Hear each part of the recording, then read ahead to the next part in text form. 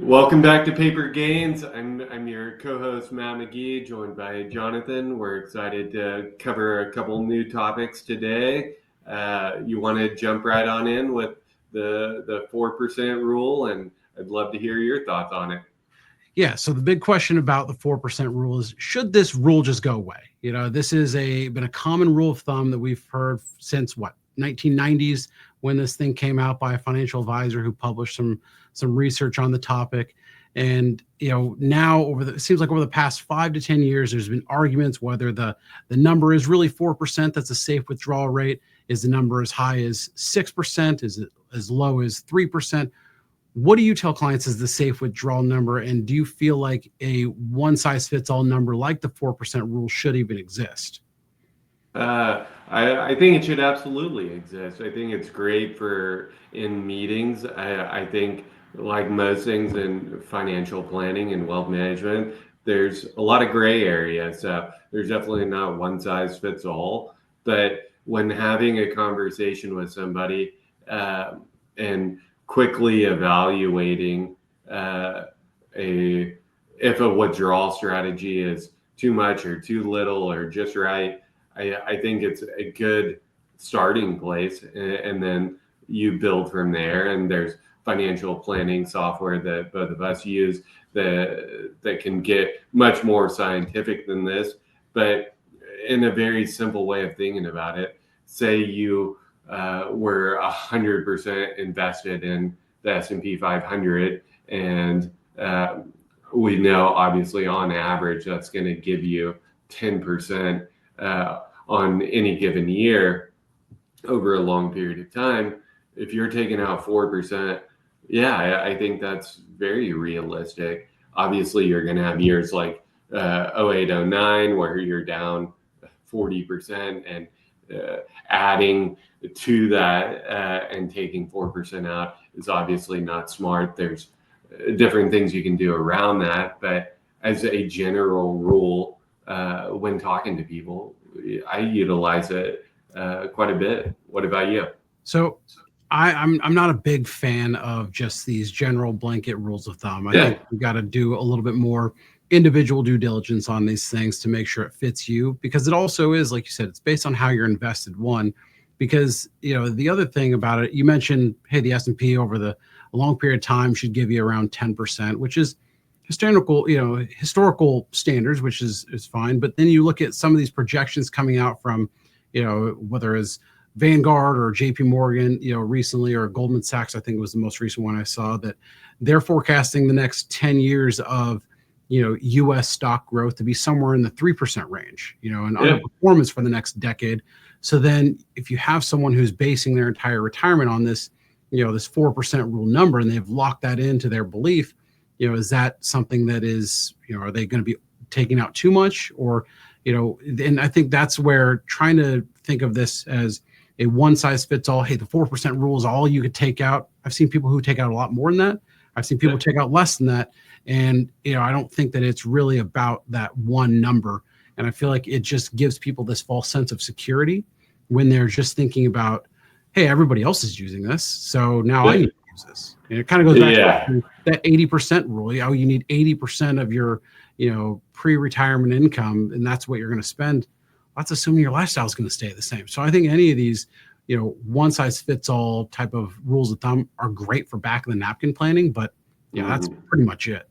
Yeah, exactly. I think it's a great beginning conversation topic, but somebody might have a pension, they might have Social Security, who knows what other factors, an annuity. You can kind of fix some of those, and then you just start and build from there. Well, the other thing is that, so that's one rule, one thing that I don't think we're going to get rid of. I think it's always going to be around. The debate of whether or not you should use it or not is going to, come and go. And that number is probably going to fluctuate, especially with inflation adjustments, things like that.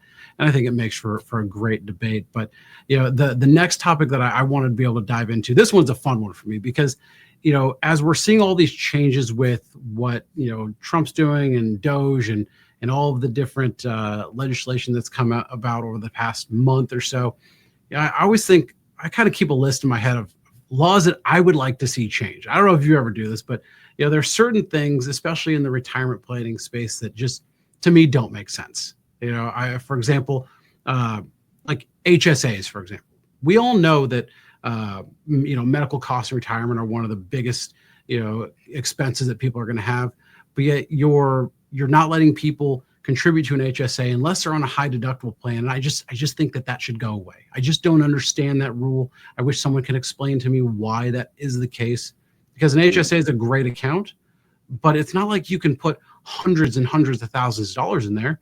It's, around $3,500 for an individual, around, $8,000 for a family. We're not talking about, just large sums of money like a 401k contribution, but we're not giving people the ability to really save from what could be a massive expense down the road. I don't know.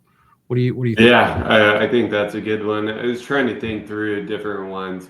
Initially, I was going to say the accredited investor rules, but the more I thought about it, I see the point of it, and it's not like the HSA. I think the income limits for Roth potentially. That's another one. I don't understand why. If someone who's making $500,000 a year wants to put $7,000 or $8,000 into a Roth IRA, what's the big deal? I just don't understand that. It just does not make sense to me. I would say, to give you along those lines, just how much you can put into IRAs, Roth, or even 401ks. I think if you look at if the government truly is trying to incentivize and get people to save more for their own personal retirement, which I absolutely believe they are, just increasing those more than 1,000 or 500 each year, I think obviously it benefits those that have the ability to put that money away, but it reduces the dependence on Social Security. So that's one thing that I would consider changing. I just thought about one while you were talking. What if, the new rule that came around with Secure 2.0, where you can take a 529 and for the benefit of the kid, you can roll that into a Roth, up to $30,000 over the lifetime. 35, I believe. But let's just say that if the parent or the whoever's gifting the money, if I'm gifting the money to my kids into a 529 plan, and let's say they get a full ride scholarship, why can't I move that money into an HSA? Why? Like, I don't understand. Because there's a certain point where you have conflicting goals. And as financial advisors, we come across this with clients all the time where, where do they allocate the money? Do they help their kids and send them to school? Do they plan for their own retirement? And then, you hear all this talk about a retirement crisis and all these articles and stories that are out there about how there's not enough savings, but yet they're limiting the ways that that people can really save and maximize these things. I feel like there should be more flexibility around the ability to use different funds for different purposes to help them meet a goal. And so that's just, I don't know. I can go on for hours. I just thought about this as kind of a fun topic because I think, to me, there's so many different little tiny, irritants that I have with the way the rules are set up. But that's all just, fun to think about. So let's go into something real that is actually taking place this week. We've got the Fed meeting coming up. So what do you think the Fed's going to do? Do you have any big predictions for that meeting coming up? I don't think they do anything this meeting, but maybe that's just me. I know the economic data last week, inflation came in a little less than expected, but it's still above 3%. Off the top of my head, I forget exactly what it was. I think 2.8%, but I don't think they do anything. I think that's the easy thing to do. I don't think a rate cut is really warranted, nor do I think a rate increase is necessary, especially given kind of where things are at. So what do you think? I would love to see the Fed make another big mistake and raise rates. It would just be comical to me at this point after what they did in 2021.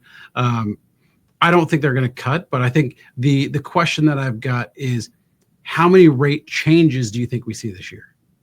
What's your outlook for? Yeah, two.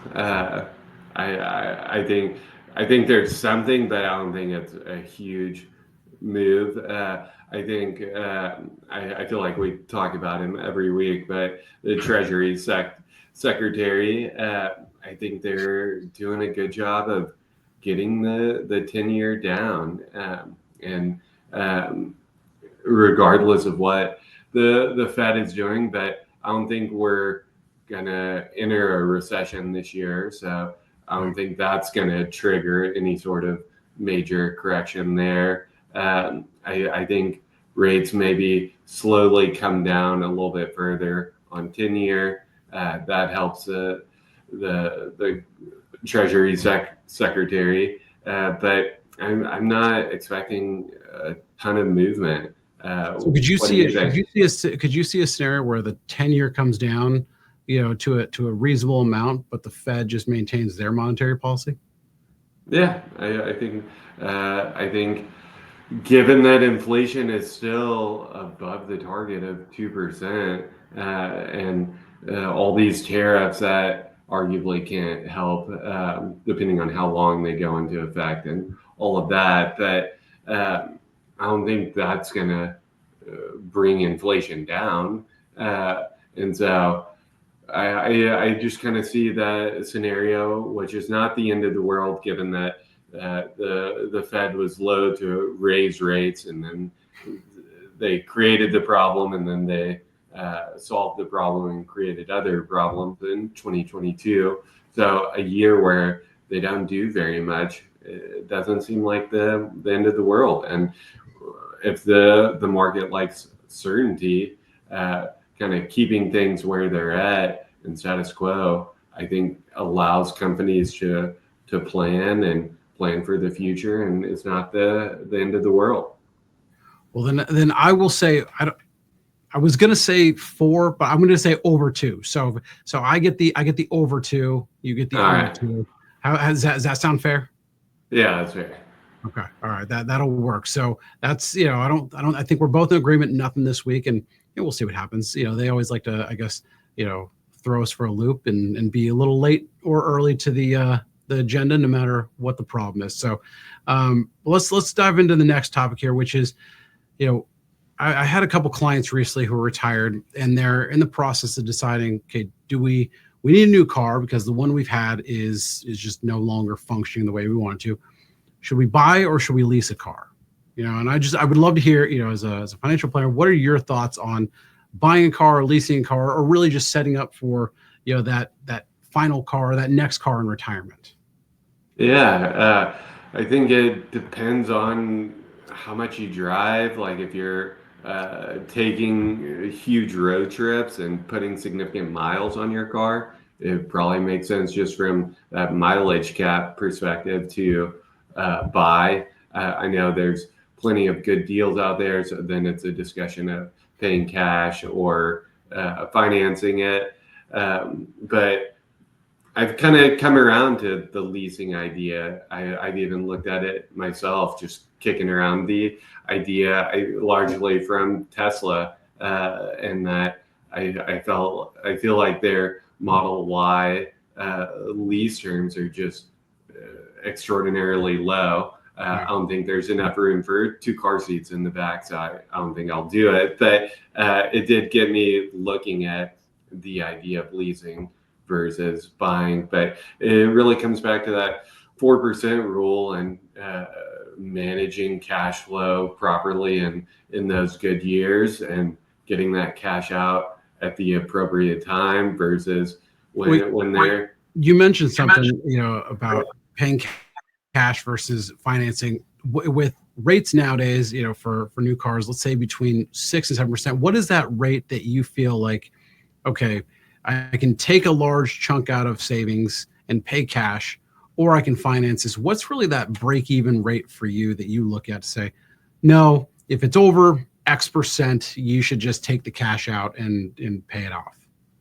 Yeah. I mean, I think in that if it's below 6%, doing it. And I've seen, this is just offhand from last year, but I remember a client, even though they had significant cash and it was more than enough to purchase a new vehicle, but I think it was Land Rover, the Defender, was offering just an absurdly low rate for 2 or 3 years.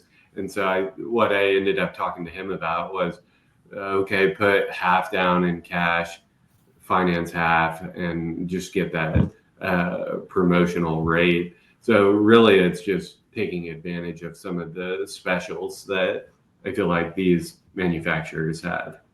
Yeah, and I've seen so many people, starting my career in Arizona, I've got a lot of friends, clients, and family out there that, so I go back quite a bit. And one of my closest friends, he does estate auctions and appraisals out in a retirement community called Sun City, and he comes across these cars all the time that are pretty much brand new cars that all have 20, 30, 40,000 miles on them after 10, 15, 20 years, because they're just not really driven that often. And so, I think it really does come down to your habits of how much you're driving today, but also just kind of thinking forward about what type of driving are you going to be doing. If this is going to be that car that you're going to keep for a long time, starting to think more about reliability, safety, and ease of use. I think of I was working with a client about on getting a new car, and I said, okay, make sure you can get into and out of the car comfortably, because the last thing you want to do is have this low to the ground car that you can't get in, or a extremely large vehicle that you have a hard time climbing into, because you don't want to have to be trading cars if you're buying them in retirement. So I was just curious what your take was on that. But speaking of retirement spending, the Bureau of Labor Statistics came out with their on average amount that retirees are spending. I don't know if you saw this, but they're saying that the average retirement household spends $5,000 a month on just collectively. So $60,000 a year is what they have. The average is that in your mind, is that lower than you thought it would be? Is that higher than you thought? When you hear that number, what do you think? Yeah, I mean, as I'm sure you have as well, I've seen a few people spend less than that. One comes to mind. I mean, this individual lived on like $2,000 a month. He's the only one I've ever seen that fits that mold. But I would say most spend on average more than that. I feel like 10 to 20,000 is closer to average. At that point, you've typically got the mortgage taken care of, that allows for meaningful travel, discretionary, like expenses look very different than likely you and I's, with young kids and different stage of life, but there's still consumption above 5,000 for sure, at least what I think. If you're spending $5,000 a month in retirement, like if that's all you've got is at $60,000 a year, do you feel like it is necessary to wait until if you do have a home for your mortgage to be paid off, or do you feel like it's not that important? I think, like anything, it depends on what that rate is on the mortgage. Like if you're got a mortgage in late 2020 or 2021 and you still have a meaningful balance, but the payments 1,000 or two on top of that, and then you've got Social Security and living on whatever assets you have, annuities, any other income sources, then that's where just a financial planning discussion comes in. But if you've got an absurdly low mortgage rate, then I would be in no rush to pay that thing off. What's interesting is that I was just looking at the number in 2020. Just take a guess. What do you think the number was in 2020? So 5 years ago, what do you think the average retirement annual expenditure was for people over the age of 65? Just take a guess. 50,000? I have no idea. If we were playing Price is Right, you'd be wrong. You'd be out. It's $47,573, which is, a 25% increase over 5 years, 4 years essentially, which is, inflation is real. So I don't know if I guess what I've typically seen, one is much higher, almost double that amount. But for somebody taking 10,000 out a month in 2020, I maybe there's one-off distributions here and there, but for the most part, I didn't see those individuals adjusting that monthly, even 5 years later. But Yeah. that's so maybe at that point, inflation's not as big of an impact, but that's interesting.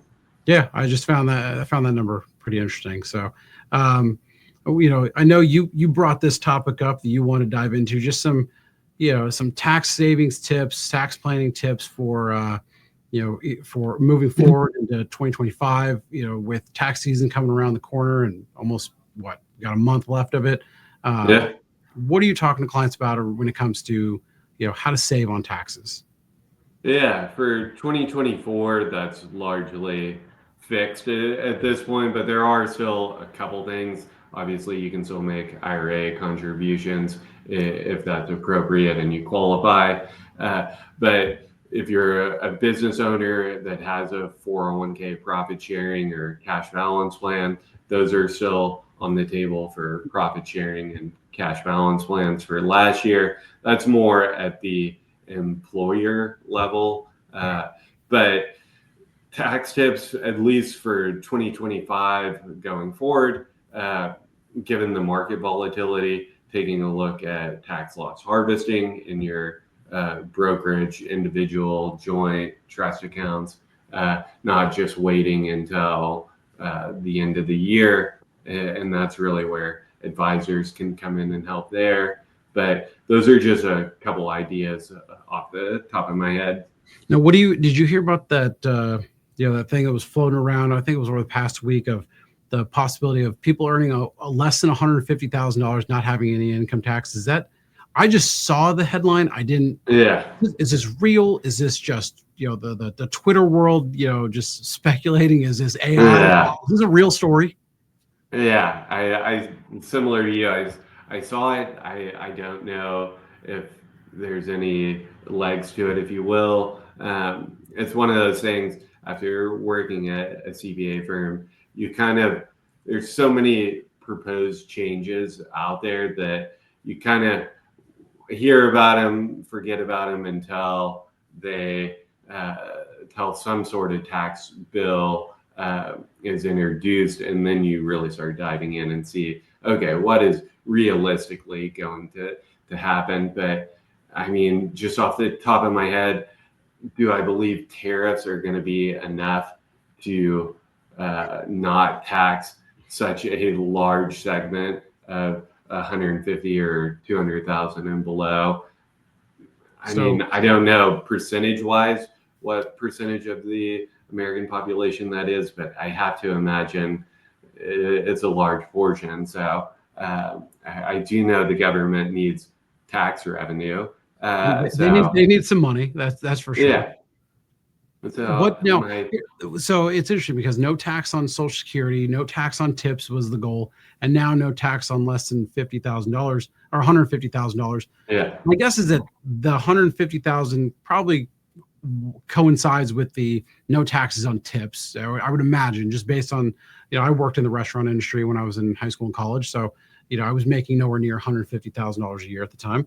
Granted, that was a long time ago, but I feel like I feel like the amount of new demographics that he's trying to say, no tax for you, no tax for you. And I wonder how it seems like a campaign promise, but I mean, obviously the campaign's over. But yeah, that seems like one of those things you throw out there to get some votes, but who knows? I wonder if, how long until these things are going to be enacted, because the whole plan of, getting those Tax Cut and Jobs Act, tax cuts actually extended, that's still, that's still one of the goals. And so, yeah, and that's got to be done this year, because I mean, this is the final year of it. So I think that becomes a story, late summer, fall. I do know the government always seems to negotiate these things at the last minute, or at least it catches the headlines. I'm sure there's plenty of people working on it now, but yeah, I bet that becomes. So I did ask, while we were looking at it, I did ask AI, what percentage of married couples make less than 150,000, and it came out with 60 to 65% of married couples in the U.S. have a household income of less than 150,000. So yeah, I would have guessed 50, but and this is,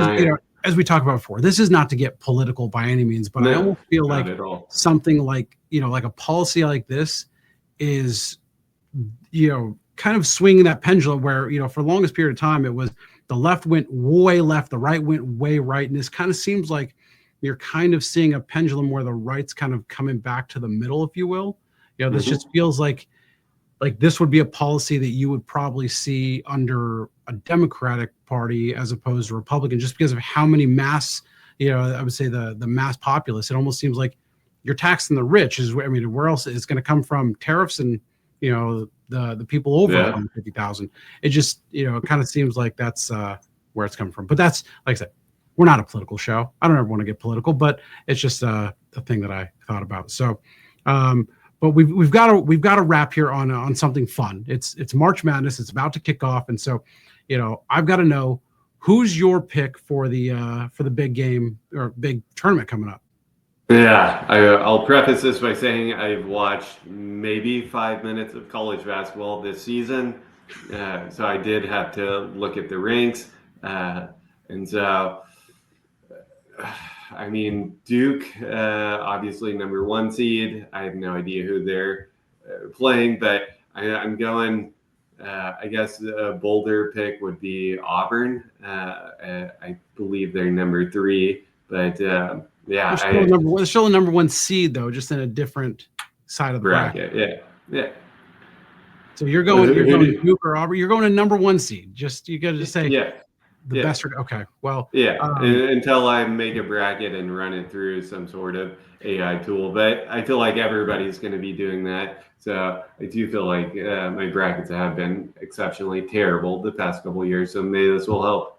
Well, I did the bracket I did last year, did very well for the first round and a half, and then all of a sudden it just trailed off. So I did horrible last year. I did ask AI who they predicted would win.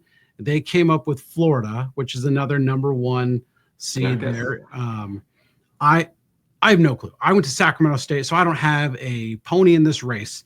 But I'm gonna say that my prediction is that a 4 seed or lower will win the whole thing. All right. I'm gonna say that there will not be a single 1 seed in the championship, and if I had to pick a team, I don't know why. Let's see. I'm looking at. I lived in Arizona for a while. I'm gonna pick U of A, even though I lived in Phoenix, Scottsdale area, which is more of an ASU town. I'm gonna go with U of A out there in Tucson. So that's my pick. I have no clue. I've watched less than your few minutes of college basketball, so all right, good. That's where I end up. But Matt, this is always fun. I look forward to doing it next week. And if you guys are just joining us for the first time, make sure you subscribe to the channels. That way you can be updated anytime we release these. We're doing these once a week, and if you have any questions, our contact information is in the description. So reach out, and we'll see you again next week. All right, see you next week.